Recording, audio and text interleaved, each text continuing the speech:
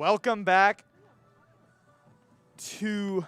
I'm gonna see if I can get some different cards pulling here, but it's Max Keller and Nate Stein. It hasn't changed. Unfortunately, we do not sub out for commentating, but we go complete games every time. We do go complete no games. Subs. Yeah, I don't know why they don't try pitching us. Our innings pitched are pretty good. We are back for the top of the second inning, where Titus Woodson, the lefty pitcher, will be going to work for your Tigers. And this pitch is hit just over the head of Reed Bushman and goes to Reed Whitman, who will be playing in right field today. The former pitcher, the winning pitcher from Tuesday, Lax. First pitch, one swing, right up the middle. He's aboard, leadoff hit single. Starting pitcher, center field, can hit the ball. Tell you what, Lax is having himself a series here. And so now with 0 out and a runner on first, Woodson will go back to work, probably looking for a ground ball. He will step off the mound for time. You know, looking over at Lax at first, I think he's got a pretty decent primary lead. We'll see if he shuffles a few more. And Woodson will check on him. The throw is low to Bramer. Got to be careful on that one.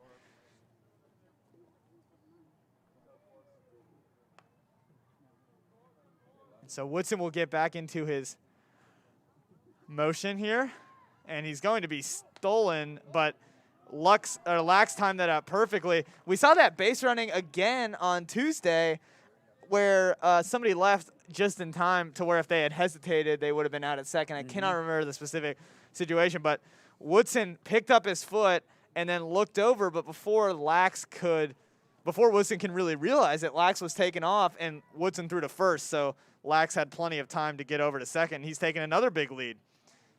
This pitch is nearly inside. Nearly hit by pitch, I mean, inside. Yeah, Sweat.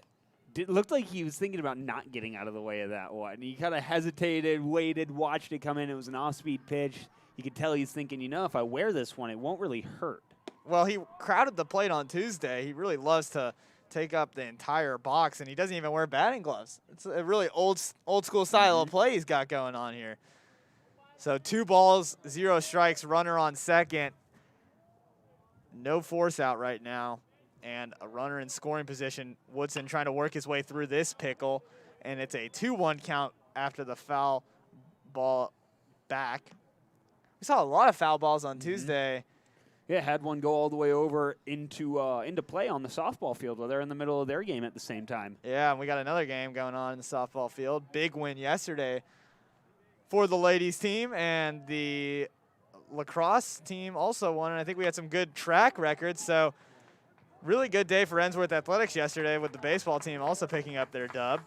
And now, after a bunt, which we saw about 6 of those on Tuesday, JPII loves to execute with good base running and bunts.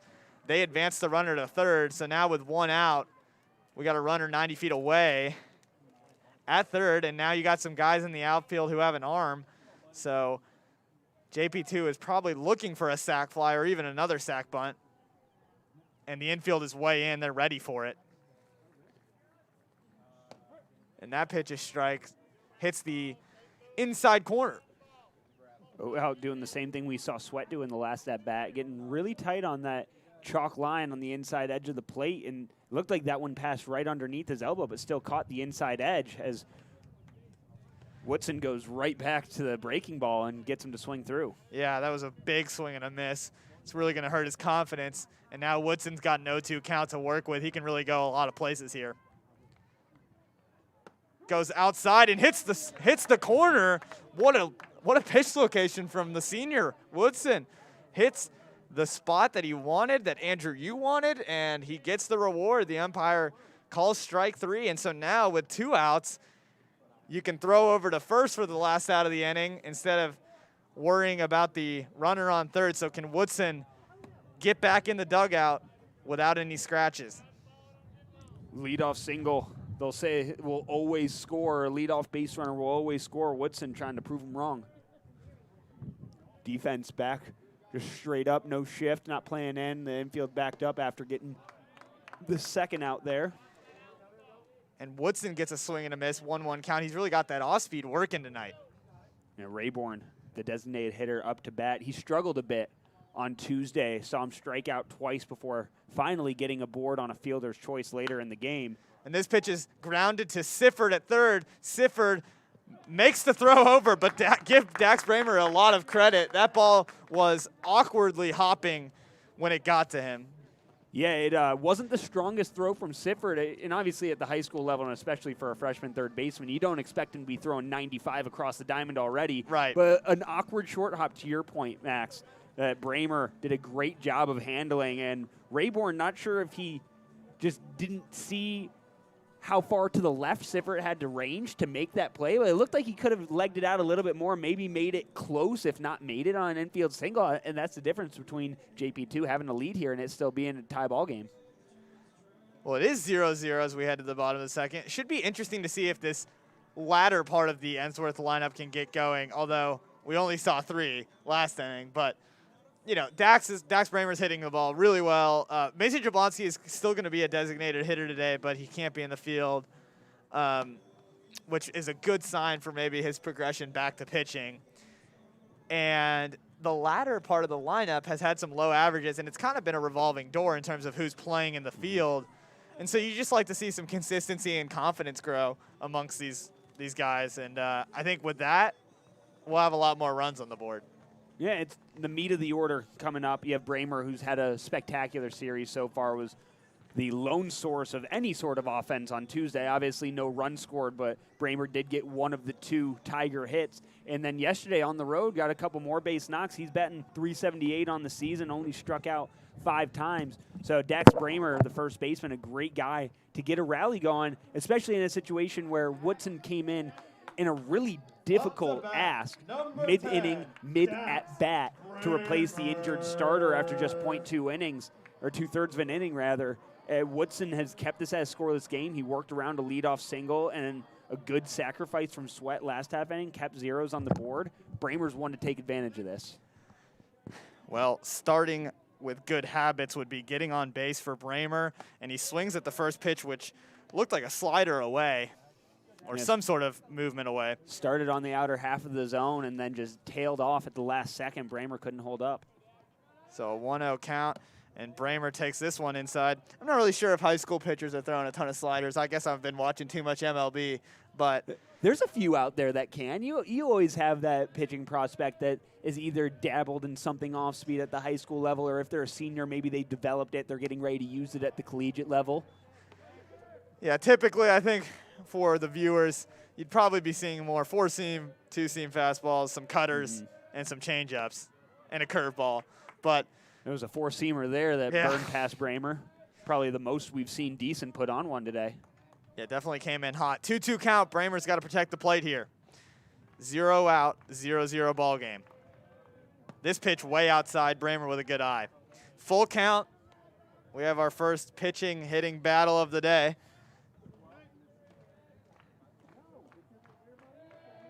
The pitch is on, and Bramer pops this one way up, and it looks like it probably is going to land on our heads. No, just over the back. I thought it was landing right on top of us. I was mentally preparing myself for that. A little jump scare. So still full count. This pitch inside, and Bramer will walk.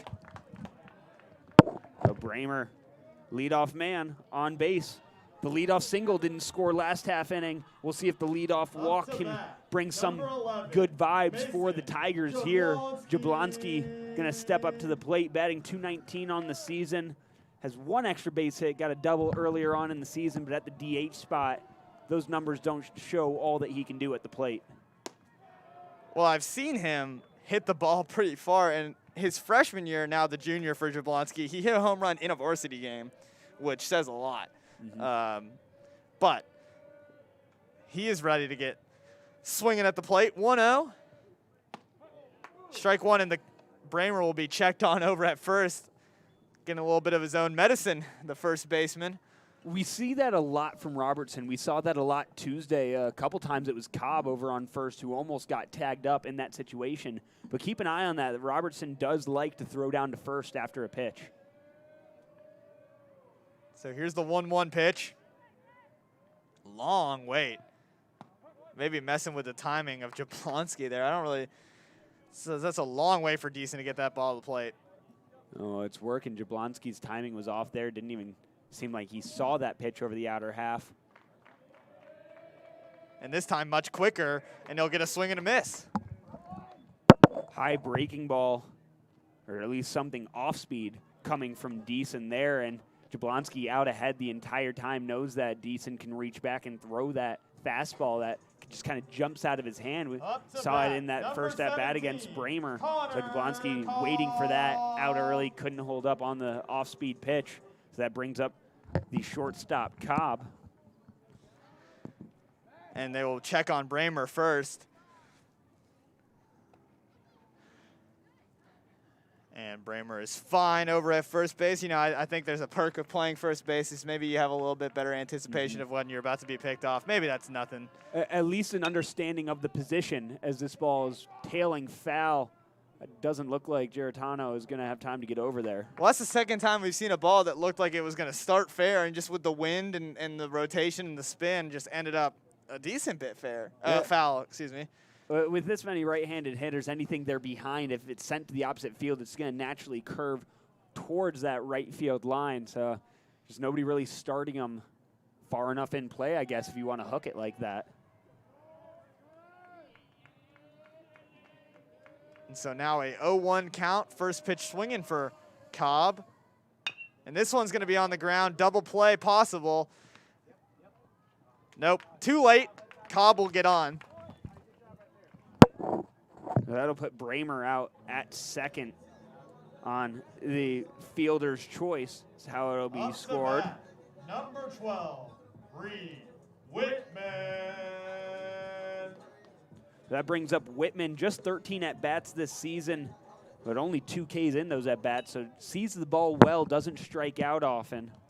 We'll see if he can get aboard to try to move Cobb over, at least.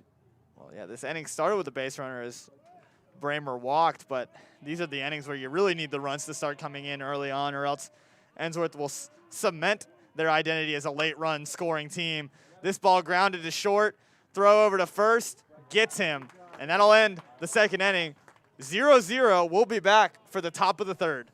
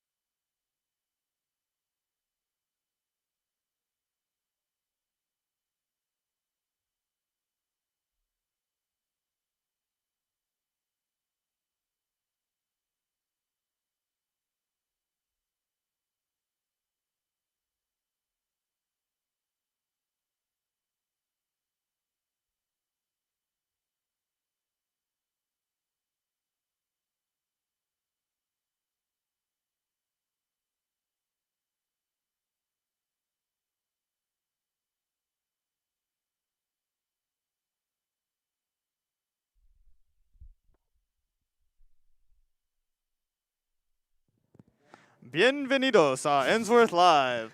Estoy Max Keller y Nate Stein. Okay. You really want to do this in Spanish, Max? It's the you can check your phone. You didn't press SAP. We are still watching in English, but I had to have a new way of bringing us back to this ball game, which is 0-0 in the top of the third. Titus Woodson has been in relief ever since the late first inning. Ben Daniel couldn't go long. Hopefully he's okay. Had a little bit of an arm injury. And so now Woodson working here at the top of the third has done great so far. And now has an 0-1 count and hits. No, they didn't hit him. Dodged out of the way, and Robertson's regretting it at this point. You can tell he dodged it, looked at the ump to see if he was going to get the call, and started to wander towards first to see if he could maybe talk the umpire into it. But no such luck, and Woodson got away with one a little bit there. And so 2-1. Woodson picked up a friendly few strikeouts after starting with the first pitch strikeout that he got coming in with a 2-strike count, as this pitch is cranked to left field, but it'll be foul. I think Woodson felt some confidence after that, and then I think he had 2 or 3 more strikeouts, and so, or at least he had some outs on one pitch at bats. So he's really trying to keep the pitch count low, is what I'm trying to get to, as Coach Maxwell will be asking him to eat up innings here. Yeah, and that's as much for Woodson himself as it is for the rest of the team. Obviously, when your relief pitcher has to come in the top of the first inning, you naturally want them to keep their pitch count low so they can go a little bit longer, so rather that you don't have to use a different pitcher. But Woodson's also thinking, hey, man, I threw on Tuesday. Let's get this going quick. Let's see how fast I can get my work in, as Cobb maybe hesitated a little bit there to gather it out of his glove. I think it got stuck in his glove. It might have. Yeah. He took an extra half step. It was a laser across the diamond, but a good job by Robertson to leg that one out. What do you think, Max? We roll that an infield single or an error? Infield single. I think it's an infield single, but I think Connor Cobb is, what I think about Connor Cobb is potential through the roof over there. Shortstop is a freshman. He's making some great fielding plays in the arm. You see it in the arm right there on that throw. It's running not away from the bag, but parallel to it, and make a throw that on target that got across that quickly on the move. That's impressive from a 14-year-old, 15-year-old. And Woodson just gave the most nonchalant check over that I've ever seen. Just kind of flicked the wrist and just made sure that he was staying, as this ball is going to go way back. Yeah. We got a lacrosse game going on behind us. We got softball to our left. There's a baseball in the crease, so the lacrosse team's going to need to figure that one out before a game gets going over there. So 0-1 count, runner on first, 0-0 ball game.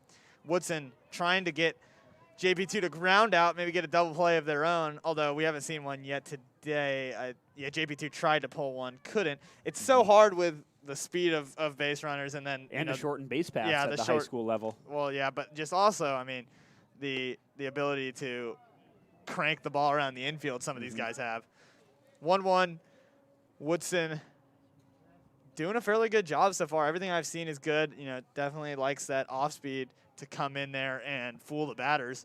And he really doesn't have a certain spot in the zone that he likes. He works inside and out. This one will be stolen on, and you won't bother throwing over. As great jump.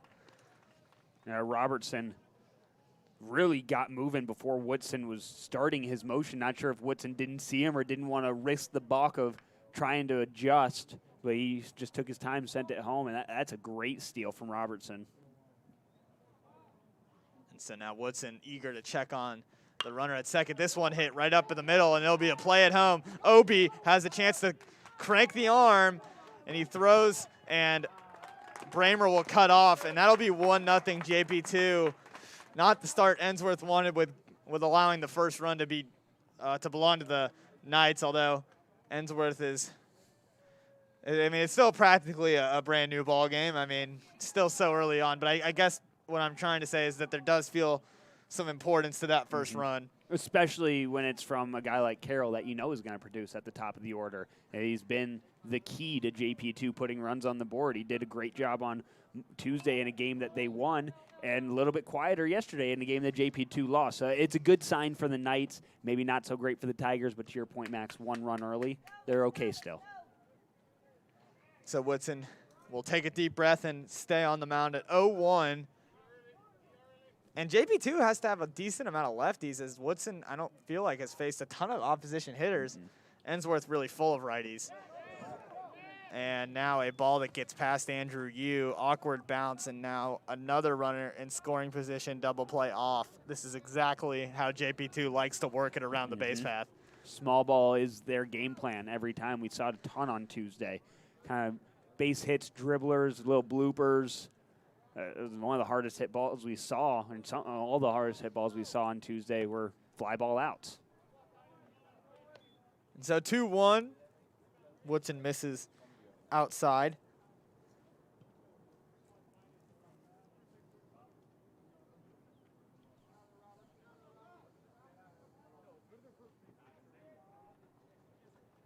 And another bunt attempt. This will be foul. So bunt will be off now with 2 strikes. He'll have to swing the bat.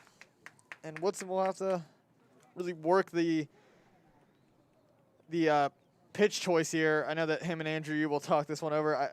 I've seen Titus out of all pitchers kind of call off some pitches the most. Definitely shows that he has a strong sense of what he's got working and communicates that well with Andrew. 2-2. Strikeout pitch coming. This pitch is blooped into right and will be foul.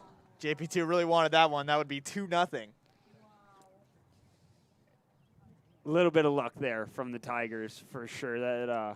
That ball was going to fall whether it was fair or foul, and luckily for Whitman over there in right field, it was foul. Yeah.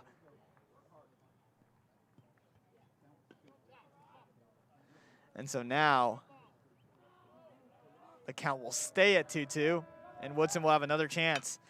This one hit up to center. Devin Obie makes the running, diving play at it, and because JP2 had to hold up, the runner will only get from second to third. Huge break for the Tigers, as I believe number 2 for JP2, who is Carroll, right, must have done his scouting report because he was hesitant as he saw that Devin Obie was the one in center, which meant that the likelihood of catching that one was high. I think that was just a little too far for Obie to cover, and able to actually keep the ball from going too far behind him. Yeah, it floated a little bit, which made it look like he was going to make the play, and Obie got a great jump on it, coming straight in at the ball, could see it the entire way. Just couldn't quite get his glove underneath it. Kind of tried to scoop at the last second. Maybe an earlier dive gets there, or maybe all an earlier dive does is skip that ball past him, and it's 2 runs in. One of those ones that's like a 50-50 and we'll never know. But runners on second and third, and we've got a mound visit from Ensworth. And Woodson will stay right in there, as he should. No need to get too concerned yet, although. Couple arms getting ready. Yeah, a couple arms getting ready because you have 0 out. JP2 just scored their first run here in the top of the third, and they have 2 runners in scoring position with nobody out. So definitely will have to be some methodical pitching from Woodson. Infield in, no surprise here. Going to try to hold the runners on anything on the ground. That does allow Geritano over on second to take as big of a lead as he wants from second base. And not have to rush back there afterwards either, as you can see. And JP2 won't be able to bunt here with this out infield, but as long as they bloop one up and over, your chances of getting a hit increase a lot. This pitch, outside corner, perfect. Anything in the air if you're JP2. Doesn't even have to be that deep with the way the infield's playing. If they're forced to run away from home plate to make a play, it's going to depend on Carroll's base running. But everything we've seen out of him in this series so far lets me know that this should probably score him. Now, Obie will try to get under this and make the throw. He's going to get this one off, and it'll be to the right. And so the runner is held at second. I'm surprised that he didn't try to take off right as soon as Obie got rid of that one. That is shocking. But another run for JP2 on the sacrifice fly. First out of the inning and a runner on second, so no double play on. But the Knights missed a huge opportunity to advance a runner to third there, I believe. And it still may have been a close play at third, but I'm sending my guy every single time. Especially on a ball in the air to the right side of the field. If that's to the left fielder, I completely understand holding him at second, but that's on the right field side of second base, and frankly might have been a little bit closer to Whitman in right field over Obie. Obie just wanted to make that play, but I guess it doesn't matter here as Jackson sends this one down the left field line. And the throw will just go 2, and JP2 takes a 3-0 lead here as they are scoring runs at this field like crazy. Yeah, a little home away from home, Max. You mentioned that high schoolers like to make that joke when they go to another team's field, say this is our house. JP2 sure is playing like it right now. So now 1 out, runner on first, 3-0 ball game. All 3 runs coming here in the top of the third in Woodson. really not doing anything to his fault, just throwing strikes, and JP2's just hitting them. This one hit probably will land in the gap. Oh, no, Obi got underneath it. That one lost a little bit of steam. I thought that one, if it had come down, would have been a really good spot. Yeah, it looked like it was trying to come down just as it passed into the outfield, but maybe some backspin on that ball. It kept flying and floating into the air, gave Obi plenty of time to range over to his left and make that play. And so Woodson can take a deep breath as now he has 2 outs and really hasn't thrown that many pitches this inning. Again, JP2 just swinging the bat well. And this pitch, again, first pitch swinging. Connor Cobb will try to make the throw over. And got him. Got him. What a play by the freshman, Cobb. That might be one of the best throws I've ever seen from shortstop. In a high school game? Absolutely. Hands down, Cobb deep in the infield, almost in the outfield grass, moving away from first base, stops and throws an absolute laser beam to get the runner. That was wild.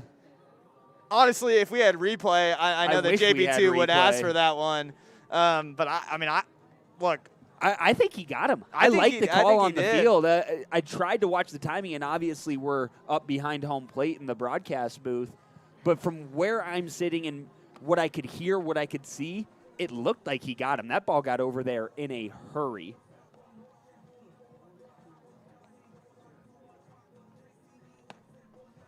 It'll be decent still on the mound. He had a bit of a break there in the top of the third. So we'll see if his arm has cooled off a little bit and if Ensworth can get the bats going. It's going to be the 8-9 one-hitters. So Siffert, Bushman, and Obi coming up. Siffert just 2 at-bats on the season, but he is batting .500, so he's got that going for him.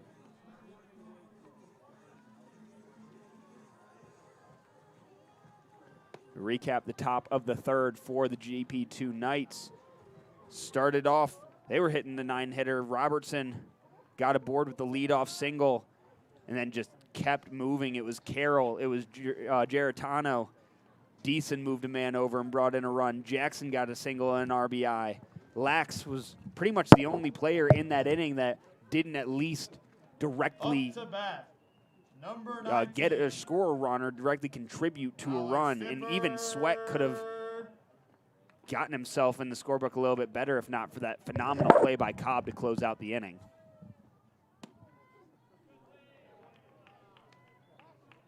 And so Siffert up to bat, another freshman, as we have freshmen at shortstop and third base. Definitely interesting. That bat had some serious speed on it. He wanted that one. Siffert saw a pitch that he liked there. He went after it. Didn't get the contact, but whew, that was a cut. And that was called ball 2. So 2-1 count, and Siffert nearly came out of his shoes on the swing. So we'll see what his approach is for this pitch. This pitch down and too far down. 3-1 count and a hitter's count for the freshman third baseman. And we'll see if he has that same hack. This pitch lined to short second. Hard hit balls just not leaving the infield. The Tigers are doing a pretty good job of making contact. Carroll just in the right place at the right time. That thing came right at him. So that'll bring up Bushman. Bushman batting well this season, 344 on the year. However, a little bit of strikeout trouble early on. So we'll see what he can pull off here. Yeah, and Reed is just crucial in this part of the lineup for the Tigers. Swings and misses at the first pitch of that at-bat. Yeah, first pitch going after it for Bushman.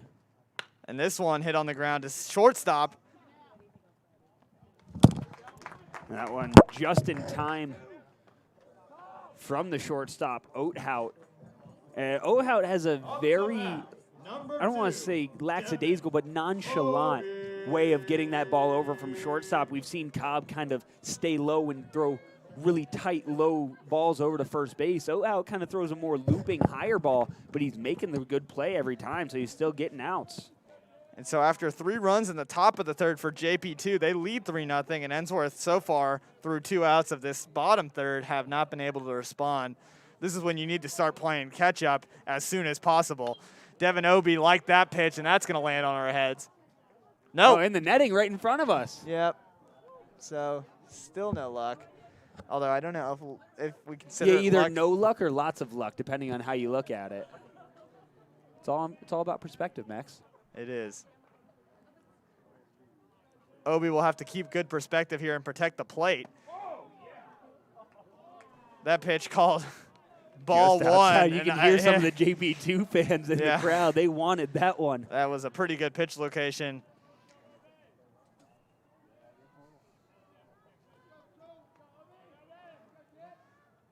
And Obi will take 2 balls in a row to even up the count. Now he can do some damage.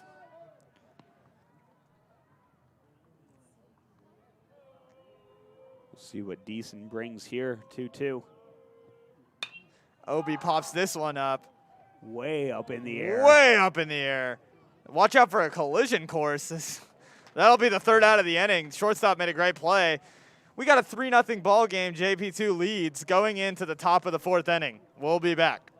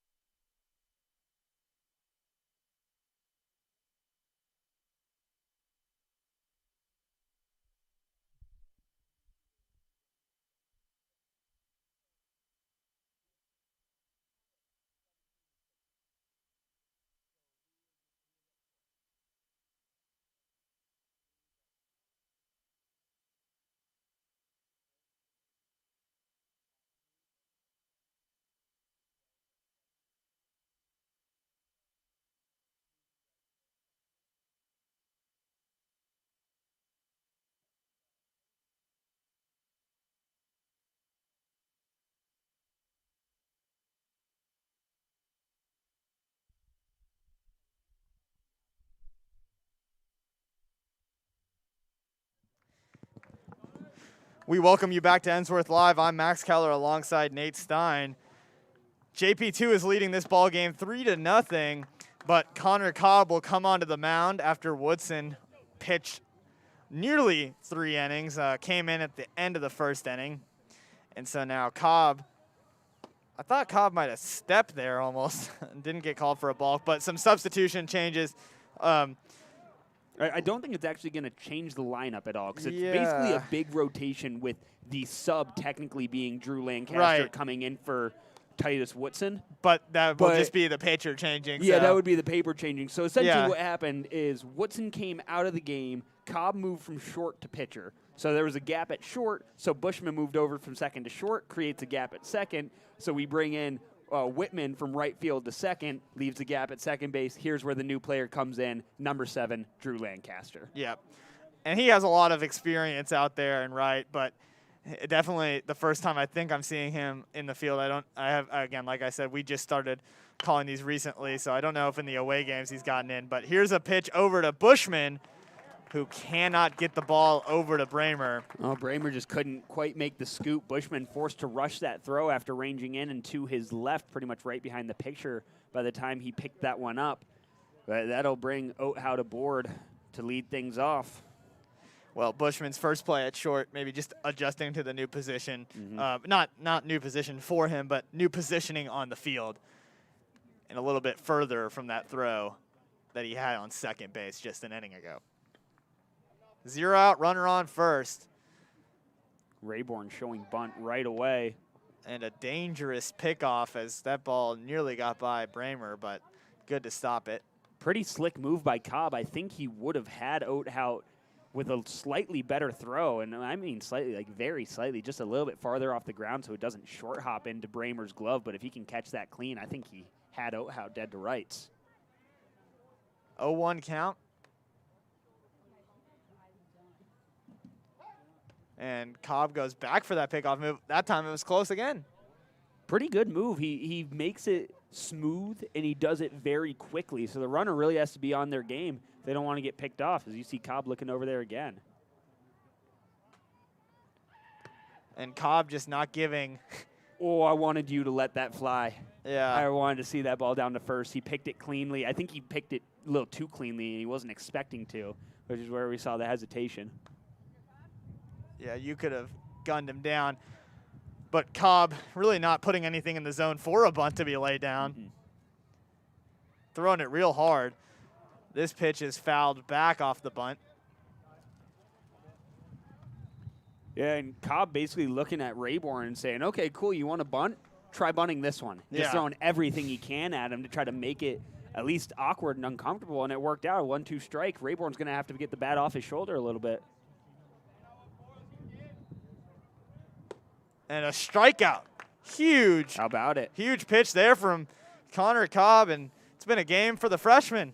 Yeah, the freshmen have been looking good, and Cobb especially. He's made a couple of great plays, and starting off his pitching with a beautiful strikeout of Rayborn working around the attempted sacrifice bunt. That's really heady pitching. And so now 1 out. Double play would end the inning. You'd love to see it. Cobb will step off for time. Actually, the batter will first initiate that. Yeah, Robertson asking for it. The catcher stepping into the box for the Knights. This pitch has some serious heat on it. Yeah, he's reaching back. You see Cobb, and I don't know why we're surprised. We saw him show off his arm in the field a little bit with a little bit of more time to really gather his movement. No surprise that he can put a little gas in there. He's really just been throwing straight four seams. Haven't seen the off speed yet. No, when you're throwing it the way he is, and I'm assuming here he's not a pitcher by trade. I know he's listed as an infielder and pitcher on the roster, but as a freshman, that's just sort of like, oh, yeah, I've pitched in the past. He seems raw, but he's just going after hitters, and the hitters seem a little bit uncomfortable standing in the box. I don't know how well they're seeing it out of his hand. He seems to hide the ball pretty well. Huge pitch there to swing and a miss. Watch Cobb's wind up. Right before he releases, he kind of turns that shoulder in and closes off his body as he throws down to first. Another That's a pretty good pickoff move, as we've discussed over the last at-bat. So keep an eye on that left shoulder. He'll rotate it back and kind of hide the ball, and then he really whips his arm from behind his shoulder kind of straight out instead of coming around and over. So it doesn't give the hitter a lot of time to pick up the ball out of his hand. Yeah, really interesting motion there. But now he's got a 3-1 count. Has to be good with this pitch.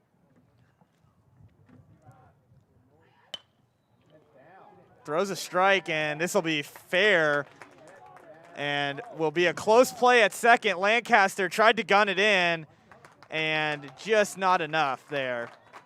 Yeah, I'm not sure if Lancaster didn't see Robertson heading over to second base, because that throw seemed not urgent, let's put it that way.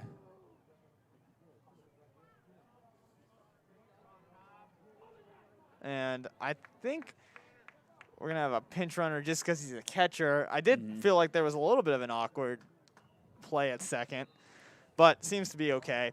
He overslid the bag for sure. That brings us back to the top of the order for Carroll. A run scored and an RBI single just last inning when JPII did all their damage so far in the game. So now 1 out, runners in scoring position. JPII with a 3-0 lead, looking to add on here. Huge leadoff at third base. Yeah, big lead, and I think because Cobb is working out of the full windup, not expecting anybody to be able to steal with runners on second and third, he's not too concerned about that lead.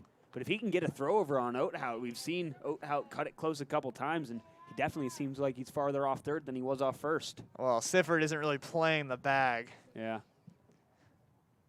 This pitch, great for strike two. 1-2 count could be a huge play if he can get a swing and a miss. Yeah, as of right now, pretty much anything in play should score a run if it gets out of the infield.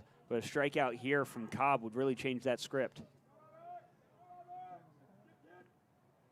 huge breaking ball, and Andrew Yu will throw over to one and get the out.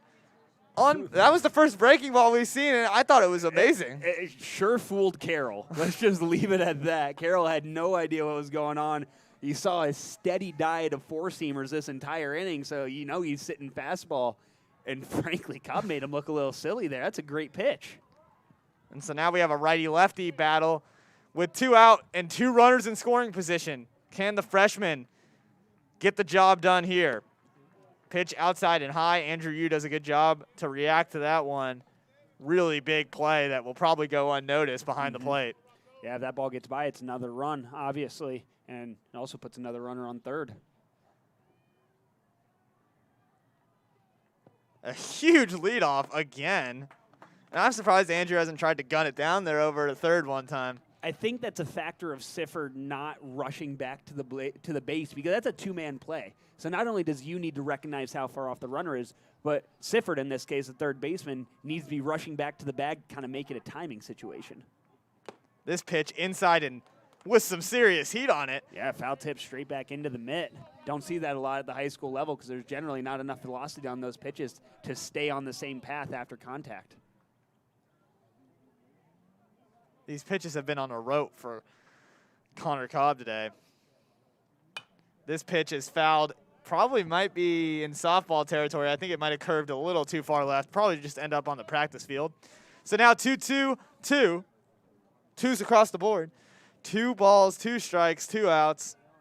JPII 20 on the box. Yeah, in the box. So 2s everywhere except for JPII. Well, no, Yeah, JPII. Yeah, 3-0 lead for them, and Cobb trying to get out of the inning, and a huge strikeout. Connor Cobb causing all kinds of fits for this JPII lineup. And that's amazing that he was able to get out of that inning cleanly. It looked like it was going to be a rough inning when Oatout reached on that error. Bramer probably should have been able to pick that one up. It was a tougher play, but give a lot of credit to the freshman. The shortstop coming onto the mound, his first inning of work, looking around and going, fielding error? Oh, well, I'll just strike out the side. We're good. You're throwing a double in there. You know what? It's fine. A couple more strikeouts. We're all right. No run scored in the third. The Tigers still in this, thanks to Cobb. And so now we're ready for the bottom here, and we're ready for some runs. Up to bat will be Andrew Yu. We'll see if, the main thing I think Ensworth has struggled with is if you get those base runners on, then you have way more opportunities to score.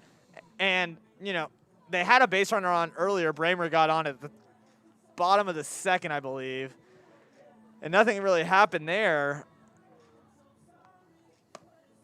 And it's just going to be a matter of execution and timing. It just feels like JP2's timing has been better in the 2 home games, and that's kind of been the reason for the leads they've had versus, if Ensworth can do the same thing, I have no doubt that they'll be right back in it. Right. They haven't been able to string anything together, and that's what it comes down to. You need those timely hits. You need it to come down to not only are you converting, but you're converting in the right situation. Looks like Deason's still on the mound.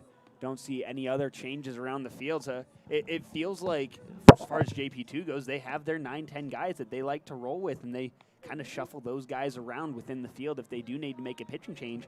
Although we haven't seen them really need to make a pitching change. Even going back to Tuesday, we didn't think they should have pulled Lax before going into the 7th inning. We thought he should have had an opportunity for that complete game shutout. Obviously, they got the win, so that's a good coaching decision regardless. But we don't see a whole lot of lineup changes from this night squad.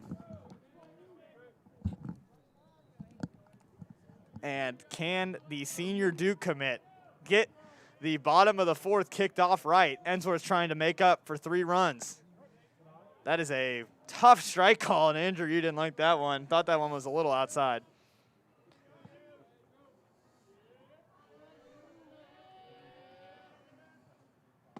Off-speed pitch that I think you was waiting for. Just couldn't make contact on that one. Didn't wait quite long enough. I think even with the hesitation, he was still a little out in front of that. So 0-2 count for you. Has to be careful here. Watch the plate. That pitch too far outside. And JP2 has really pitched with some weird timings that kind of throw off the rhythm at the plate for the Tigers. But, Connor Cobb honestly responded with that, although this one is put into left, and it's going to be foul unless JP2 can make a play. Oh, wow, that would have been a great play from the third baseman, but it'll land foul, and Andrew Yu will be back to the bag for his at-bat. Just out of your view for those of you watching at home, but Jackson, the third baseman, running all over the place in foul territory down the left side, almost tracked that one down, maybe got a piece of it with his glove. Yeah, he did. It just bounced off the left side of the glove. So now Yu, with a 1-2 count, has to jog all the way back from second to home and do it all over again, this time hopefully in fair play.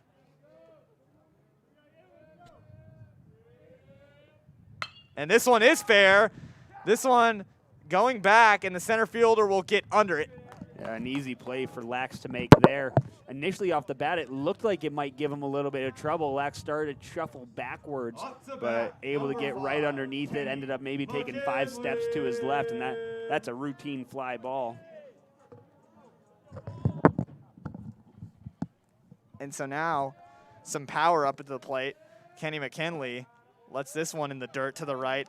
Although at this point, you know, power is good, but you know, consistent base runners would be priority number 1 for the Tigers. They need some sort of traffic on the base path to get decent uncomfortable. He's been working without any pressure all day, and that's why the Knights are on top in this game.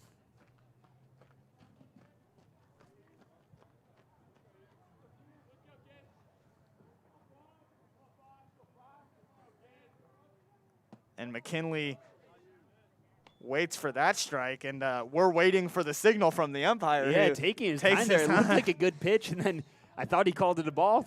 Late call, strike 2. So now McKinley will have to protect the plate here. High and outside, 2-2 count, even. Decent reach back for a little something extra on that last one.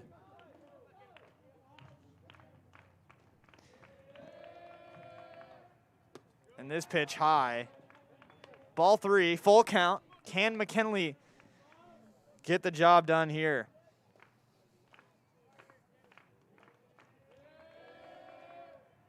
This pitch low and away. Base runner for the Tigers, not the way that they would want to. They want to get the bats going a little bit, but you have to take them where you can get them at this point, especially trailing 3 on your home turf.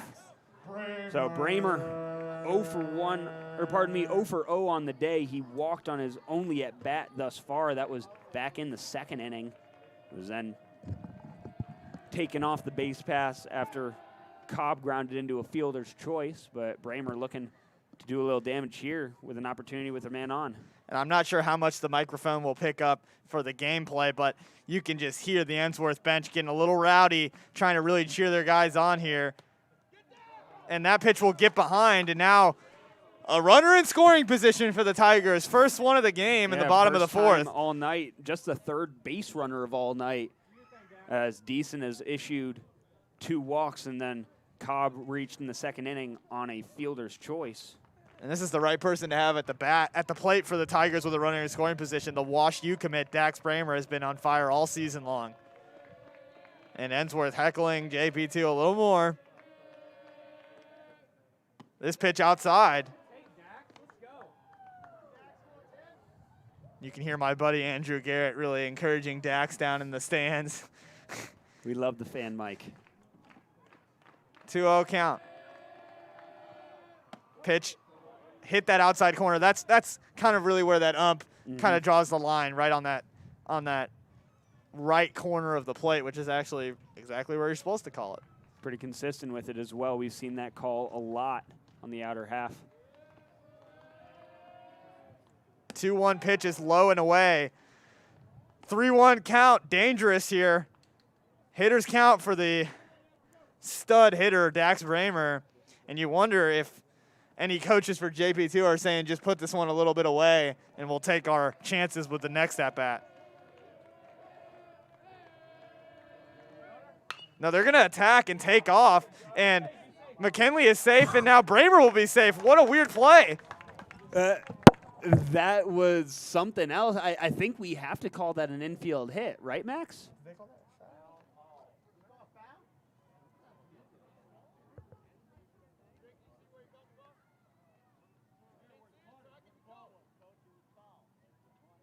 Yeah, so I think they're going to try to retroactively say that was a foul ball. It looked like Jackson fielded it in what right world? above the bag, right behind it. We must be on Mars for that one to be a foul ball. I mean, it was very close. If it was fair, it went directly over the bag, but Jackson played it perfectly and then took it into foul territory, so he really didn't give the umpires an opportunity to see whether it was going to actually land fair or foul.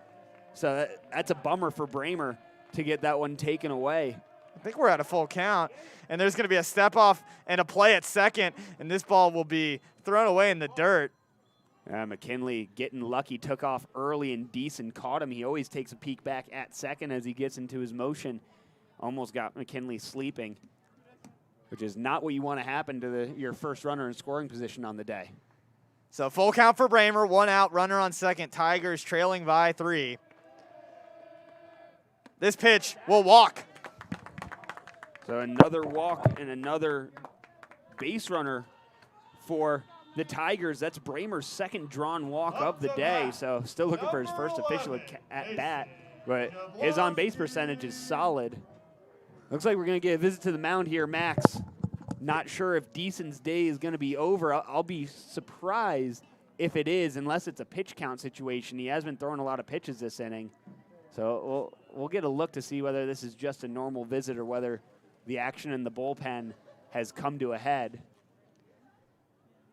Well, this will give Mason Jablonski a little more time to figure out what he wants to do here with a runner on third. I believe the runner got to third. Did Kenny McKinley? No, McKinley did not go. Oh, he did not get to go? Walk. Okay, so, oh, it was a walk. Correct. My bad. I was still thinking about that foul ball earlier. So, runners on first and second for Ensworth, 1 out. Got to avoid anything on the ground here. And absolutely. You can't risk a double play ball. he will stay in the game. Yeah, I mean, it's a good thing for the JP2 Knights to keep Deason in the game right now. He's been pitching well. Obviously, this inning is a little bit of a struggle with a pair of walks, but not in danger yet. Although Jablonski does represent the game's tying run here as he steps up to the plate. Max, you mentioned Jablonski sending one deep when he was a freshman. So an opportunity to tie the game here if he can recreate that magic as a junior. Well, he's got 1 out to work with. Pitch is high and outside for ball 1. Good eye from Jablonski there. That outer half is tempting for a lot of hitters, especially when the umpire's given a little bit of space off the plate there.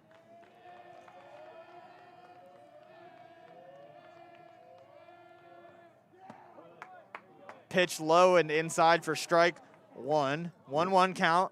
Ensworth really loud on the dugout this game, something we didn't really get to see on Tuesday based on the way the scoring unfolded there. Yeah, they're trying to bring a little bit of energy, seeing that this team has been flat. They haven't been able to score at home this week. They need to manufacture that. And this pitch will be fouled back.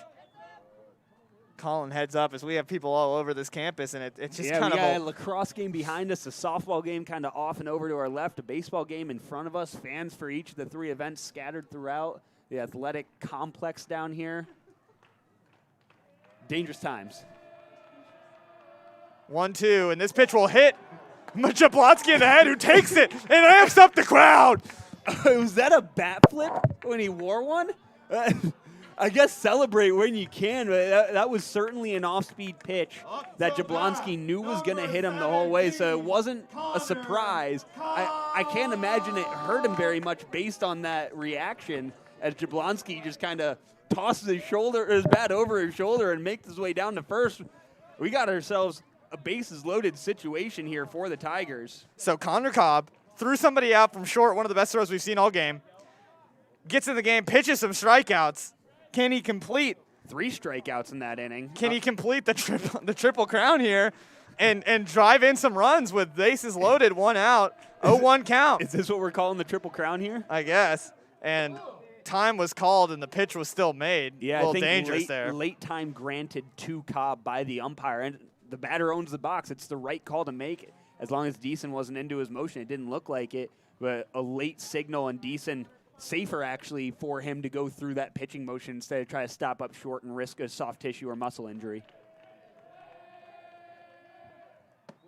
This pitch outside for strike 2. Hits the corner. I thought that was a little outside, but he got it. There's been maybe an inch or two off the plate that this umpire's been giving all night. It's been pretty consistent. That's why you see Deason peppering that outer half so much. So now Connor Cobb will have to protect the plate here. And does so. Yeah, fouls, I fouls think that one right off Robertson's forehead. Well, I thought that the sound we heard came from the helmet. I thought it might have been a swing and a miss. I think he got just a little piece of it. The umpire seemed pretty secure in that knowledge, and Cobb didn't take off towards first when he saw that ball rolling away. So he certainly reacted as if he got a piece of it. Yeah, pitch is high for ball 1, and Connor Cobb stays alive.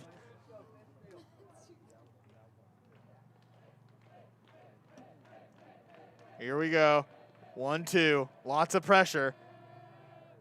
And Connor Cobb didn't really want to swing at that. I think it might have been a ball. That's a protection swing, yeah. 100%. I think he saw a ball on the outer half, then remembered how often that maybe the pitch off a ball off outside the plate is being called a strike, so he just threw the bat out there. Lucky he got a piece of it, but he lives to see another. Wow, huge take from Connor. That is gutsy right there. After a protective swing on the last pitch, that one maybe a little bit farther inside and maybe not so much off the plate, but a little bit low. So Cobb working the count. Even count. Connor will foul this one up and right, and hopefully will land. It looks like it's going to get down. Yeah, okay, huge play there. As that would have been a wasted out foul ball. It doesn't have the opportunity to do it. Can you tag up on a foul? You can tag yeah, up you on can a foul tag ball. up on a foul. So actually, I think that probably would have been an RBI had someone made the catch, but if you're asking Connor Cobb, he's saying, you know, I'd rather have a chance to get 2, maybe 3 RBIs, put a ball in play. So Connor doing a great job of working the count, and Ensworth making sure that JP2 can hear them loud and clear. Deason's pitch count getting up there now just with this at bat. Cobb battling. This is pitch 8. And Connor swings and misses and will bring up the second out of the inning. Deason able to bounce back and deal in a pressure situation. That brings up Whitman. Grounded out to the shortstop and his only other at bat of the day in the second inning. So Whitman steps in now with an opportunity to bring the Tigers right back into this one. A base hit should score 2 runs, 2 outs up on the board, so all of the runners will be going on contact. And another underclassman up with bases loaded. Just a huge situation for Ensworth here. 0-1 count. That pitch hits the outside zone. So 2 quick strikes, and JP2 here just staying in a rhythm. Pitcher doesn't want to take too much time getting the ball across the plate. And this pitch is fouled off from Whitman. I feel like JP2 is telling their guys to change up the timing each and every time, which can backfire if the pitcher isn't comfortable with it, but JP2 has executed it. Absolutely, it can backfire if the pitcher's not comfortable, but if that is really a strategy that they're trying to implement, I'm sure they work on it every time these guys throw bullpens. Ask them to mix up their timing, kind of go at awkward times or awkward intervals, and it seems to be getting into the heads of the Tiger hitters so far. They haven't been able to get into any sort of rhythm this game. And a big take from Reed Whitman, who's trying to avoid stranding 3 base runners in a game where they trail 3-0. And Whitman fouls this one straight back. Staying alive, staying alive. That's all you need to do. Staying alive.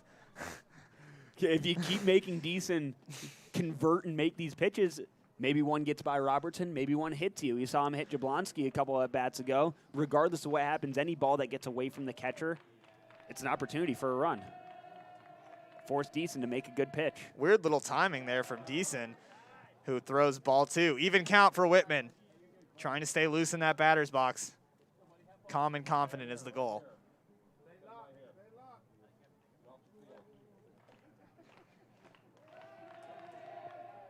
This pitch is put into play, and lax in the I thought that was going to come down. I thought it was going to be a little blooper, but it wasn't, and Just that will end the floated on inning. We'll be back for the top of the 5th. Ensworth strands 3 runners in the bottom of the 4th to stay down 3-0 against JP2. Innings, we're running out of them. We'll be back.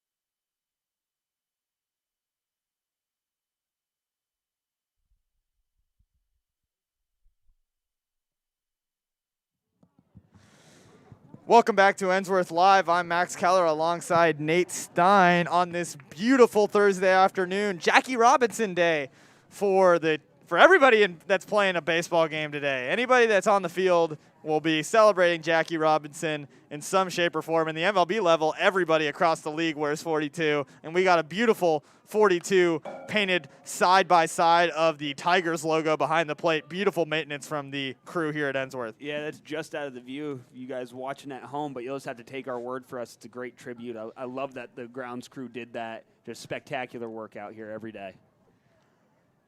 Well, Connor Cobb is working, and he's working well.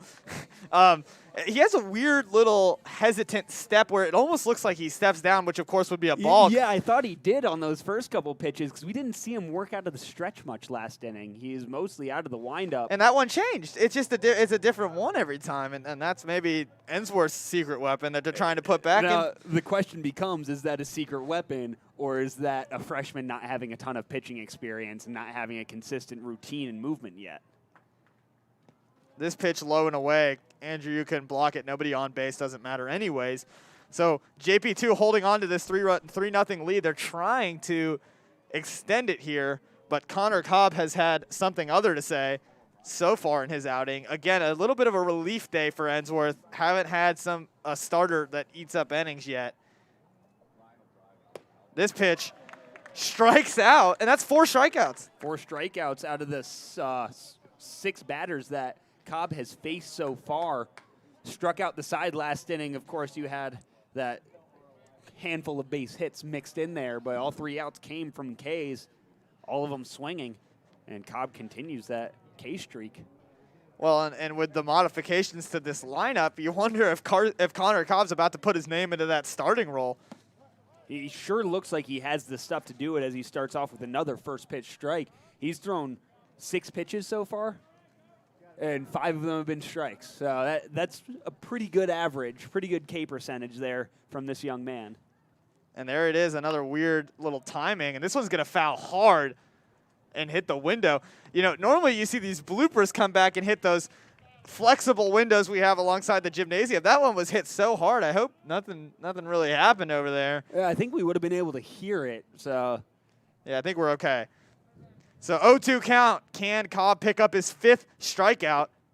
Woo! Just a little bit low. Just down low there, but he completely froze Jackson. Jackson didn't see that ball at all, it didn't seem like. Yeah, I don't really think that was a genuine take, if I'm being honest. And so Max up the plate, and Max commentating the game. Max will foul this one off. 2-2 count. Or no, 1-2 count. As a foul ball is not a ball. Really not smart commentating there for me. I've noticed, Nate, that the fatigue in a baseball game comes a lot harder than the basketball games. It sets in. You got to pace yourself, Max. And this pitch is hit to short, and Reed Bushman, little leapfrog action, gets up to catch that one and put away the 2nd out of the inning. And Connor Cobb is doing a great job of putting this score exactly where it was since the 3rd inning, where JP2 scored all of their runs against Titus Woodson. Yeah, Cobb, obviously he's pitching well. Obviously those 4 strikeouts are awesome, but the big thing is he's keeping his teammates in the game. He's keeping his team in the game every time he steps out there, and it feels like he's getting more and more confident with every pitch. He looks more comfortable, but when it feels like when he's on the mound right now, the rest of the players are saying, hey, we got this. It's going to be 3. We just need to find 3 runs somewhere in these next couple innings. This pitch is high and outside. So 2 straight balls from Cobb to start this at-bat after throwing a bunch of first pitch strikes, which is my recipe for success if you were to ask me personally. 3 straight balls here. Oof, I thought that one might have caught the corner. Batter. He's going to take a step off the mound, take the hat off, let the luscious flow into the air, and he's going to take a deep breath and get going. The lettuce. 3-0 count. Pitch right down the middle, so beautiful control from the hard-throwing Connor Cobb. And you'd expect kind of one or the other from a freshman, location or speed, and it hasn't been the case for Cobb today. He's been picking his spots well, and he's been hitting them for the most part. We haven't seen you have to move his glove much at all. As you see there, he just burns one past Lax. So a 3-2 count. Who's going to win the battle here?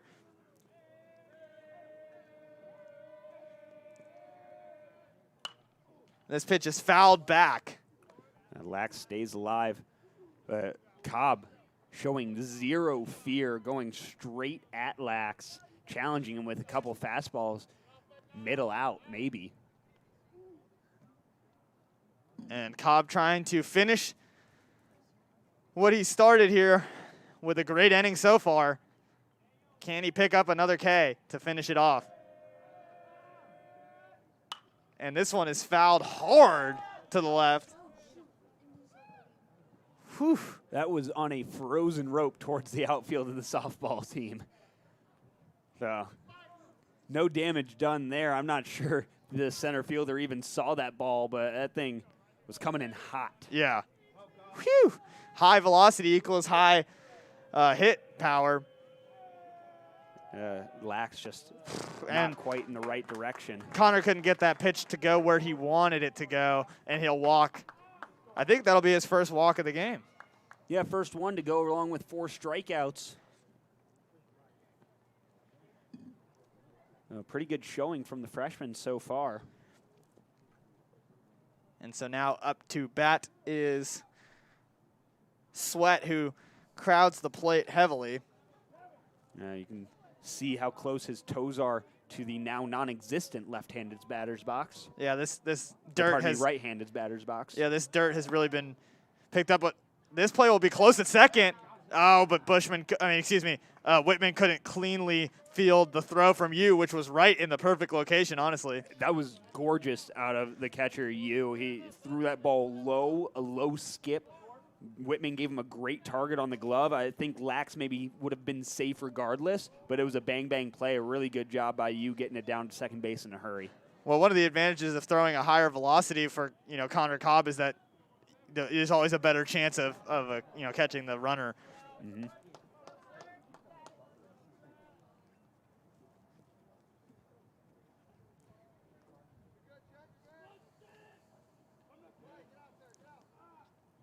And so Connor Cobb nonchalantly looks over to second as he picks up his leg and still delivers a strike. Easier said than done in terms of coordination.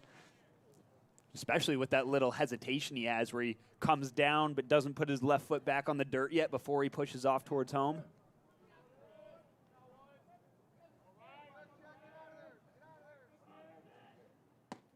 Whew, hit the right spot. That's right where the umpire is calling it, but it was a 3-1. I really thought that was the pitch. This ump crew has been pretty consistent all night. That's the first time I've seen him not call a strike in that location, though. Looked pretty good from up here.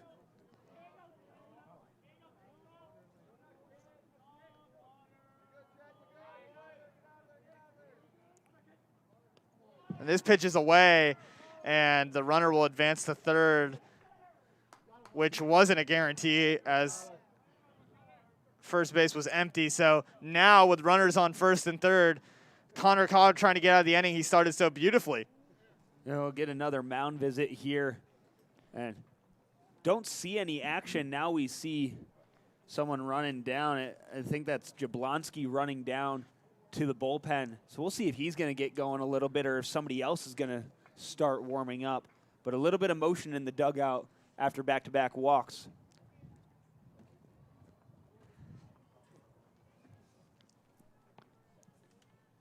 It's Hudson Powell, the junior, getting ready out in the bullpen down the left field line for the Tigers during this mound visit. And it looks like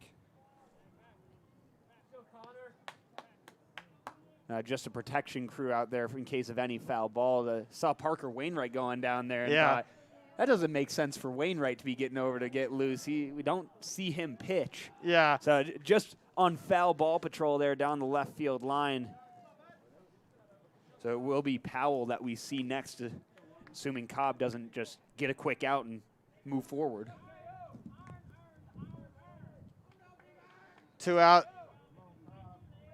First pitch here is grounded to third, and Sifford couldn't get his glove down. 1 run will score, and runners will be on first and second. Awkward bounce, I think, for Sifford, although probably a play he wants back, as now JP2 leads 4-0 in their first run they've scored outside of that third inning.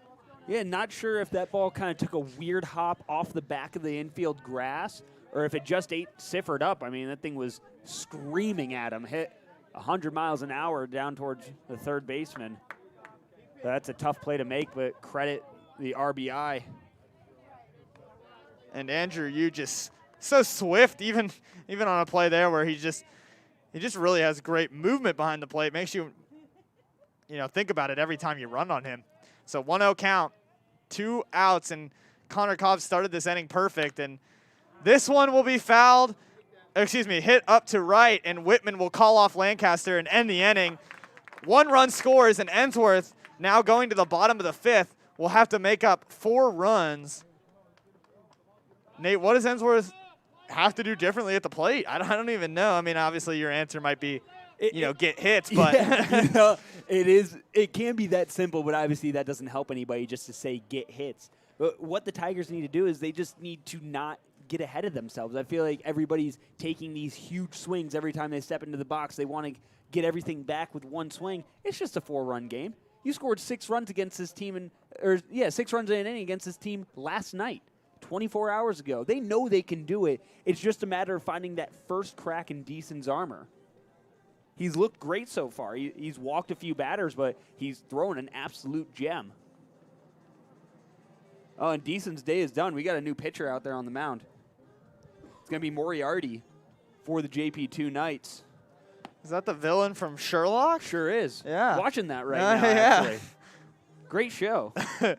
Well, we hope he's not the villain on the mound today. He's trying to try to be the Tigers villain tonight. The villain from the Tigers' perspective. Trying to close this game out. He's got 6 outs that he's going to try to get. And so the first thing we will see after Whitman ended the inning is now Spencer Yu will be hitting for Alexander Sifford, the third baseman. And I don't know what the substitutions will be as far as that goes, but he will be hitting.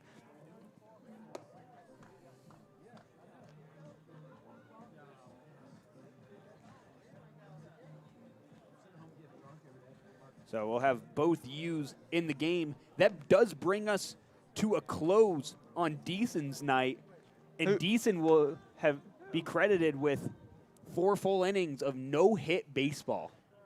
No official hits for the Tigers through the first 4. A couple walks. It looks like Deason issued 3 walks and hit a 4th batter.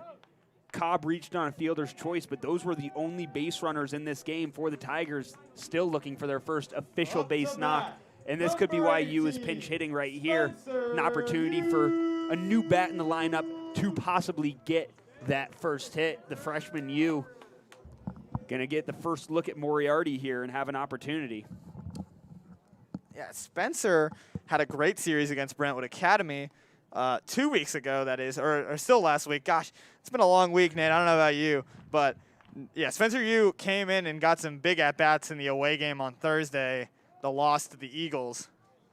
But the confidence for these freshmen is high. Oh, fun fact about Spencer Yu: he pitched 4 innings yesterday in the JV game, and they mercy ruled JP2's JV team. He had a no-hitter through 4, so technically he got a no-hitter yesterday. There you go. So some no-hit baseball yesterday and today between these 2 squads. Some pitching duels every day after the absolute gem that Lax threw on Tuesday. Six innings of shutout 2-hit baseball with a dozen Ks. And really ever since we've been commentating these series at home, it's been some great pitching. Spencer Yu puts this one up into right field and will be out 1 to start the inning.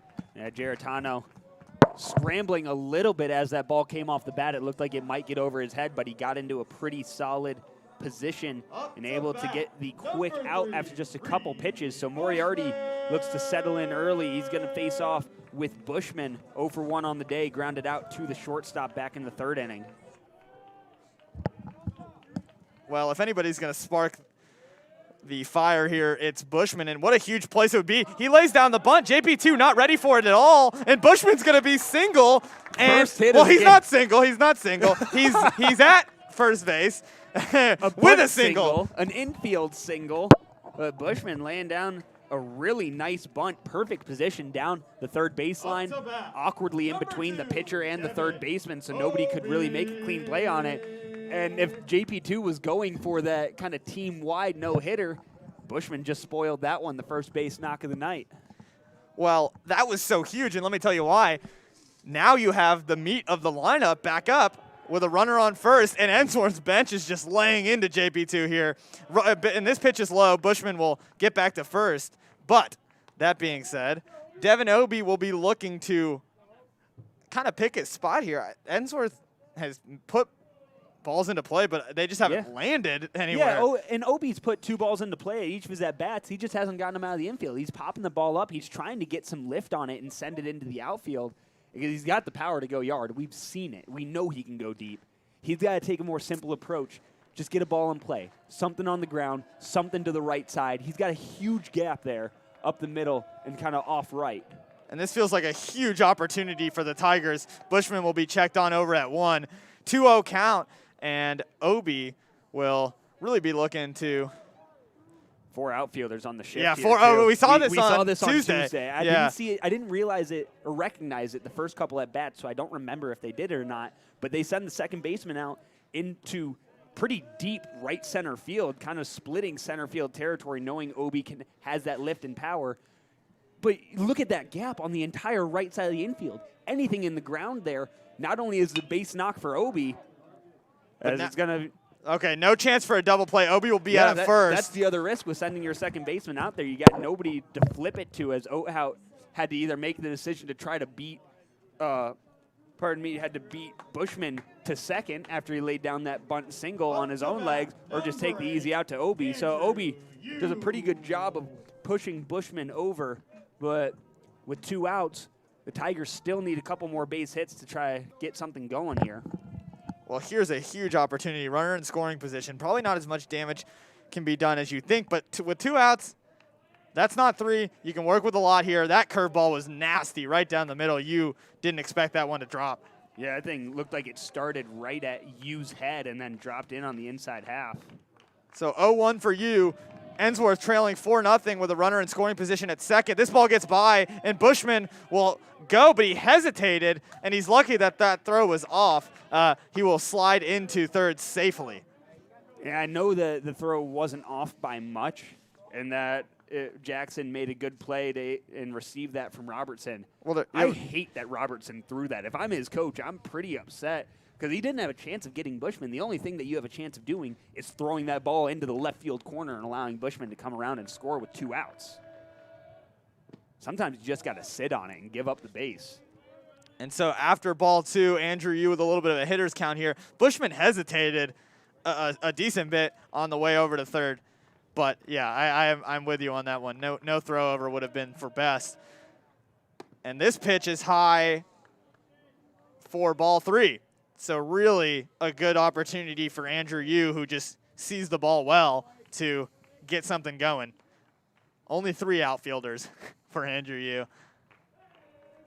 This pitch is fouled high and right. I'll get out of play.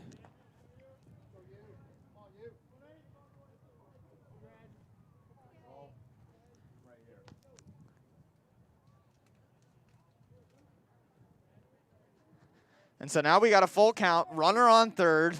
Ensworth scoreless here today in the bottom of the 5th inning. This pitch is fouled up over our heads and will probably land on the lacrosse field. Well, which is actually just our football field, but it's spring season. It belongs to the lacrosse team. Okay, yeah, I'll lend it to them. Full count, 2 outs on the shoulders of Andrew Yu at the plate.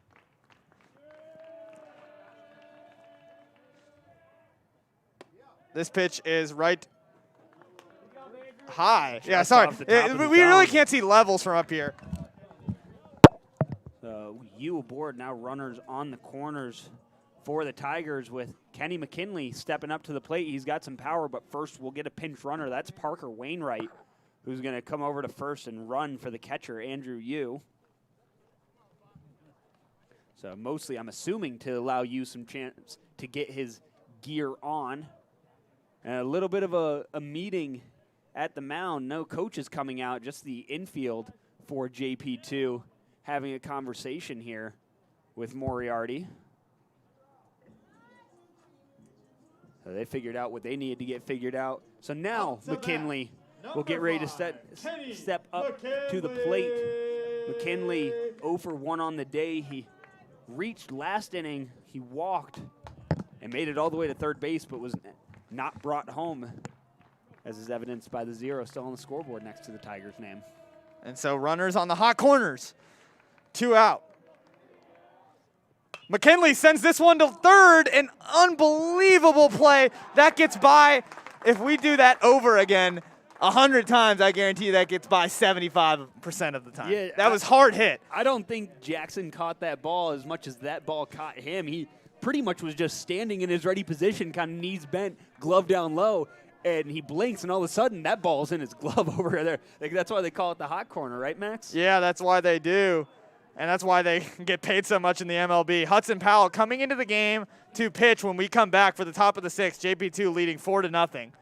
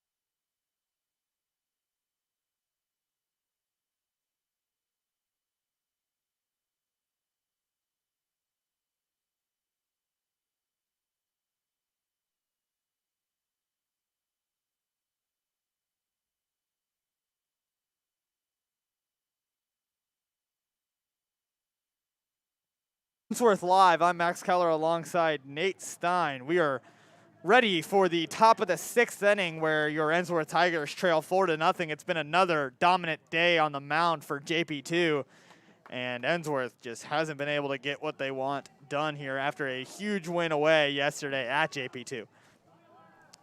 We have the pitching change. Hudson Powell on the mound throws the first pitch, strike, upper right corner. Pretty good location for Powell. Yeah, so that'll close the book on Cobb's day, at least pitching. He is back over in that shortstop position, which pushed Bushman back over to second base and Whitman back out to right field. So the substitution, for those of you keeping track of all of this at home, will just be Powell into the game for Lancaster, with a few positional changes tossed in there for good measure. And this pitch is fouled up. Connor Cobb will call everybody off. Well, actually, Reed Bushman will call everybody off. Connor really looked like he wanted to call everybody off, and then Bushman said, "I'm the senior here. Let me take care of this one." I'll go ahead and pick that one up. I'm a little bit taller, a little bit louder. And so now Powell picks up his first out. Good for confidence. Can he repeat here?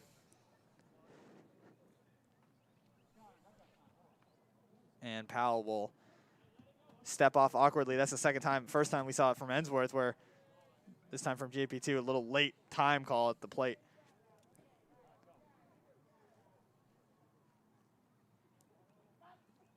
This pitch, swing and a miss. And I think that one had Carroll fooled. Yeah, Let's I think just that was leave it at that. I think that was a four-seamer, maybe just slower than Carroll thought it was going to be coming in. It didn't look like there was any movement, so maybe Carroll took a little something off it, or whether it was on purpose or on accident. And maybe a dugout warning ushered by the umpire seemed to motion that way. I don't really know if that's a thing. I know that's sideline warning in basketball. This pitch low. One's across the board this time. 1 strike, 1 ball, and 1 out.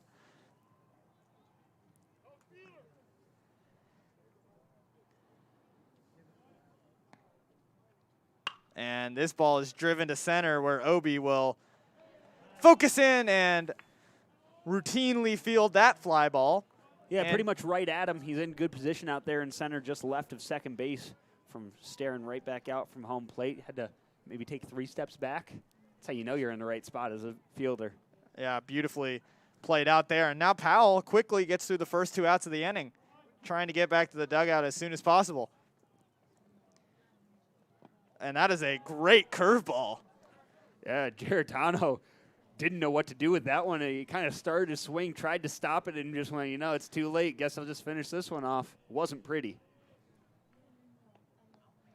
So 0-1. And that might be another curveball. Definitely something off speed. Hudson Powell doing a great job changing the speed and eye location of the batter. Giordano just looks confused down there right now. So 0-2. This pitch is popped up, and McKinley making his way over to end the inning. Beautiful play from Kenny McKinley. So the lead is not moving besides the 1 run in the 5th, but all 3 runs before that came from JPII in the 3rd, so it's just been quiet for the Ensworth bats. It's just that 1 inning, and you wonder if that was a matter of, JP2 had a good inning, or maybe with Woodson throwing in the 2nd game in 3 days, he just wasn't ready to go back out there for extended time. He got through the first couple innings, or first inning and a half. That was his 3rd inning of work. So after throwing 3 innings the other day, it's possible that he was just a matter of being taken out at half inning too late. Really interesting point there. And baseball is one of those sports where you can think back on a million things that happen and question and say, well, what if Blake Snell doesn't get taken out of game? I knew you were going to bring game 6. Well, no, it's that we keep talking about the Blake Snell example. That's not the only example that's happened. It's not even the first example in recent memory. I don't remember the pitcher, but either 2 or 3 years ago, I think it was 2018 or maybe even 2017, wild card game, the Baltimore Orioles don't bring in their closer for a game which they're leading by 2 going into the 9th. 3 runs in the 9th, they lose, their season's over, they don't make the playoffs. That's brutal. I mean, so much of it is the modern debate of matchups and statistics versus actual momentum. Mm-hmm. And whether momentum is actually a thing, because you'll have a lot of sports psychologists or sports scientists talk about the idea that someone with momentum, or in basketball, a shooter with a hot hand, in baseball, a batter with a hot bat. They'll say that that doesn't actually exist, but it's really just the law of averages before the negative part of the averages come in. It'd be if the law of averages was only halfway through and you just happen to get all of the positive outcomes and not any of the negative outcomes. Welcome to my nerd corner. That's fine. Baseball is all about it. I mean, baseball has the most statistics out of any sport by far. Basketball's trying to catch up, but baseball started the sabermetric revolution. Billy Beane, the Oakland A's, Moneyball, that's what started and brought us to where we are now, and it seems like every other sport is following suit, at least to a certain extent. Well, Bramer's statistics will jump off the page for you, hitting a really good average and just a stud hitter for Ensworth, and he's facing a 2-1 count now, trying to get something going. Ensworth has had some base runners. They only have 2 hits on the day. And they only have 1 hit. One of them was a fielder's choice, I believe. The only official hit, I think, is Bushman's bunt single. And this might be the blooper I was looking for. Nope, it's going to go to second. Too high up. Too high into the air, a little too much loft under it. So that's an easy play for Carroll to make, just waiting on that one shuffled into the shallow outfield grass. That brings up Mason Jablonski. Jablonski 0 for 1 on the day. He got plunked in the side of the head his last at bat. That looked like it might have started a little bit of a run for the Tigers in that 4th inning when they loaded up the bases, but they weren't able to bring anybody home out of the deal. So Jablonski going to try to be that spark plug once again. Well, he just hasn't really gotten it going at any of the plate appearances he's had at home, but he got hit there. Did you see he tried to get hit again? It looked like Yeah, maybe saw that breaking ball a little bit on the inside half. Looked like he threw his left elbow out front a little bit. And this pitch is hit to left and will be routinely made. Yeah, gobbled up there by Christian. The first time we've actually called his name all night. We haven't seen many balls get into the outfield, but we haven't seen any get into the outfield on the left side, and Christian is the player for the Knights who they're DHing for, so we haven't seen him at the plate. So a very quiet night for number 8 out there in left field. That's his first action here in the 6th inning. Well, he was ready for it, fortunately for JP2. Now the Connor Cobb show we had a little bit earlier on in the game with his pitching and fielding, trying to get it going at the plate. Moriarty able to put down the first 2 batters he's seen this inning. And Connor Cobb sends this one flying to center field all the way back, and a great play made by JP2 to end the 6th inning. Well, yeah, Lax had to get on his horse there. I thought that was going to get over his head, especially when his first step was back in towards the field. I thought Cobb might have been onto something, but a great athletic play. Lax on his horse tracking that down into the shadows out there in left center towards the warning track.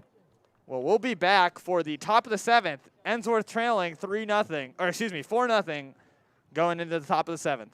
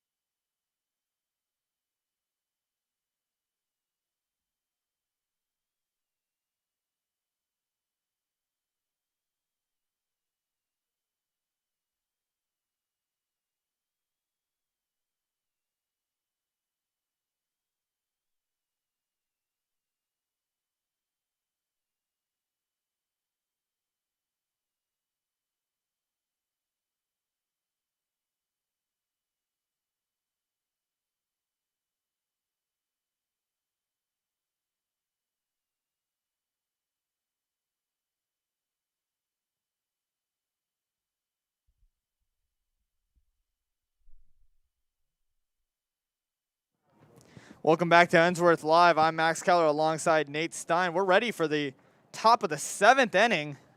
All comes down to this as Hudson Powell trying to keep JP2 with their 4-0 lead and then just hoping for some bats in the bottom half of this inning for Ensworth, or else they're in danger of losing the series 2-1. Both teams are going to have to leave it out on the line here. Powell's first pitch is swung at and grounded to second. Good play from Bushman. And that's 1 pitch, 1 out. Decent, unable to do anything there. And in this series, the Tigers, it feels like, at least in these home games, have just fallen victim to facing a hot pitcher on the wrong day. We talked about it already today, but you go back to Tuesday, you have Lax, who struck out 12 batters in 6 innings of work, allowing just 2 hits, no runs. And then you come to today, and you have Deason, who threw 4+ innings of no-hit ball. There's not a whole lot you can do when you run into that type of buzzsaw. I think timing is the one word I would use to describe this season for the Ensworth Tigers so far. But timing also inherently means that just in time for the tournament, they could be hot. As Connor Cobb throws over to first and nearly hits the base runner in the head. And the throw at second will actually be close. He's out. Crazy play. Andrew, you covered a lot. Nonchalantly. So that's it. First of all, that's what you're supposed to do as a catcher. Get down to first base, back up the first baseman. So that's great. The next thing to look at is whether this is actually going to be an out, because that ball went into the JP2 dugout. By rule, that should be a dead ball. Runner automatically advances. I think that's what the umpires are talking about on the infield grass right now. Great throw by you aside. If they determine that that ball went into the dugout, he's safe, but it looks like they're going to say that stayed out. You picked it up and threw an absolute laser. Wow. So I think that's going to be reached on an error, then thrown out at second base. So no base hit there, believe it or not. And we're going to have a little bit of an unnecessary conversation here Well, at I the think plate. JP2 is probably trying to claim that went into the dugout and it should be a dead ball. I think because it might have gone in a little bit, but because it either bounced off something and stayed right on the edge or didn't get tangled up in the feed of the JP2 lineup or roster, that helped out the Tigers a little bit. Well, let it be therapeutic or not, but no replay. Umpires really can't do much after they make that call. So strike one. Powell trying to get through this inning as quickly as possible. 2 out in the top of the 7th here. So I'm trying to score that last play, and I think what it is E6 and then 2-6 for the out. Well, the inning is over quickly. So here we go. Ensworth trying to get into a situation where they can possibly make a legendary comeback, which, I mean, if you win. 4 runs is doable. Oh, 4 runs is doable. You get a win yesterday and you get a comeback win today, that would maybe. That's season-changing momentum right there. We've talked a lot about the timing of this team. If they can come up with big timing in the bottom of the 7th at home like this, that's a swing moment. It's something that can carry on throughout the rest of the season. Yes, it's the last game of the series, and it's always great to win a series. This game has implications so far beyond that, depending on how the bottom of the 7th inning goes. Oh, it's massive. But statistically speaking, not the correct part of the lineup for this comeback. But statistics, schmatistics. I don't really know if that works. But we still got Moriarty on the mound. He's pitched well so far out of the batters that he's faced, allowing just 1 single and then walking you back in the 5th, but a clean inning in the 6th, and looking to do the same in the 7th after his counterpart Hudson Powell took maybe 4 pitches to get out of that inning.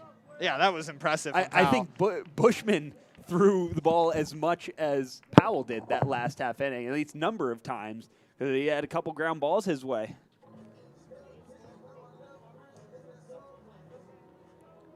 It'll be Whitman, Spencer Yu, and Bushman due up for the Tigers. Whitman, we mentioned his small sample size earlier, but he's 0 for 2 on the day, looking for that first hit, looking to bump up that average. He's struggled so far this season, batting under 200 and about 15 at bats.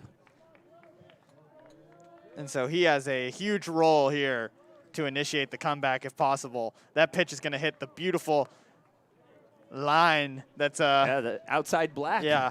That's really what it's been. It's a great spot to pitch. If you can hit it, use that all day. For some reason, Ensworth has faced pitchers that just do it consistently.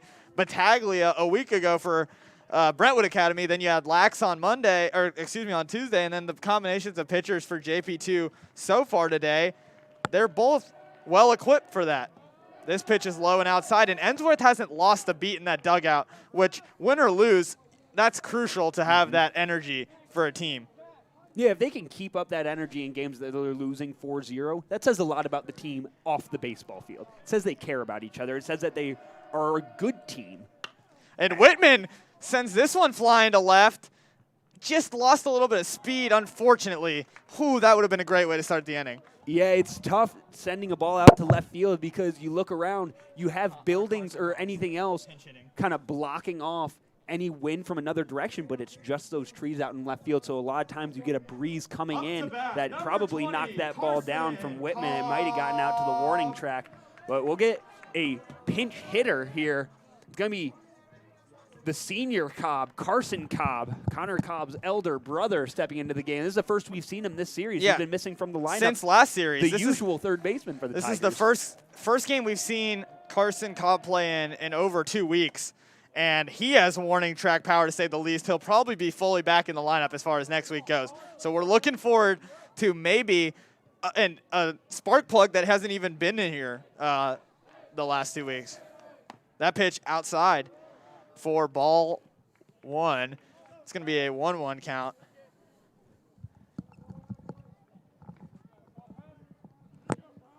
Cobb will step back in. And he takes another one up high, ball 2. Forgive me for the lack of commentary. I'm trying to run the scoreboard as well for the fans here, but you guys have the scoreboard. You can see that it's 4-0 and a crucial at-bat for Carson Cobb, who takes the second strike. 2-2, I think. There should be a 2-2 count as Cobb steps back in, facing Moriarty. And swings and misses for out number 2. Oh, they're going to say he fouled that? Or maybe we just got the count wrong. Very possible that I threw an extra strike in there. So Yeah, now it's definitely 2-2 as Cobb doesn't step in. And Carson. Woo! Connor and Carson. Tough to kind of go between the two. Yeah, you can't even use the first initial to differentiate. It's C. Cobb on both of them. Yep. So 2-2 after the foul ball. 1 out here. Ensworth trailing 4-0 in the bottom of the last inning. That's outside. And a walk. Ball 4, Cobb is aboard. So a base runner, probably not what Carson Cobb had imagined when he stepped up to pinch hit here in the bottom of the 7th. Maybe wanted to put a little aluminum on the baseball there, but he at least got aboard, and Reed Bushman, with the only hit for the Tigers tonight, is going to have an opportunity to at least advance him with 1 on and 1 down. Bushman on the day, as I mentioned, the only hit for the Tigers, the only official hit. Plenty of base runners, though, off hit batters and walks and fielders' choices and the like. But the bunt single, Bushman surprising the entire JP2 defense in the 5th inning, laying one perfectly down the left field line, or pardon me, the third base line, rather, at that point. Run it back. Up to bat, number 3, Reed Bushman. So we had a brief meeting at the mound, just the catcher Robertson coming out to talk to Moriarty, and now we have JP2's coaching staff having a conversation with the umpires down on the lower right-hand side of your screen. So we'll see if it's a pitching change or if what's going on here. Sweat, the first baseman, is standing over there with Moriarty and the third baseman, Jackson. Not totally sure what the issue was there, what the change had to be. 3 times for number 3, up to bat, Reed Bushman. It'll still be Moriarty on the mound, and Bushman will be the batter. So no changes that we can see right away. Maybe just checking on roster situations and on availabilities. Yeah, 1 out, runner on first. Double play can end the game here. And you wonder if some of that was just messing up the timing for Bushman, but he hasn't been at the plate yet. Now, hard to say in this type of situation. Not sure why JP2 would feel the need to throw off any of the hitters' timing for the Tigers when they've given up a combined 3 hits in 2 games at this stadium this week. And so now, after strike 1 down the middle, Bushman swings and misses. Strike 2. Has to really see the ball, steps back into the plate confidently.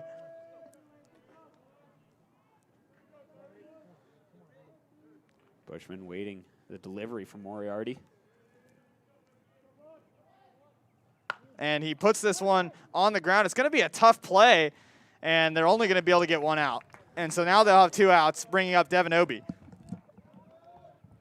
The Bushman reaches on the fielder's choice.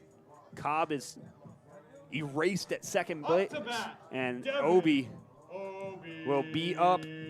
Same situation that Bushman was just in. Or rather, 2 down now.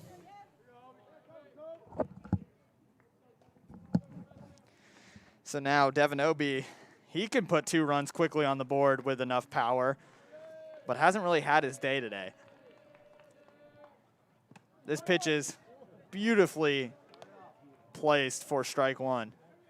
The last out of the night possibly for the Tigers. They have a lot of work to do. Obie can cut this lead in half with 1 swing, but the Tigers would be better served with just a base hit, just get something going with a rally. And he sends this one to second, and this will be the ball game. JP2 will take this one 4-0 and end up winning the series on the road. And that's something that you love to see if you're JP2. For us, Nate and I had to call back-to-back losses, unfortunately, but we will be back again next week. I haven't really checked the schedule. I do believe we have another home series next week, but we appreciate you tuning in for this broadcast of Ensworth Live. As always, have a great evening. Thank you. Alongside Max Keller and Nate Stein.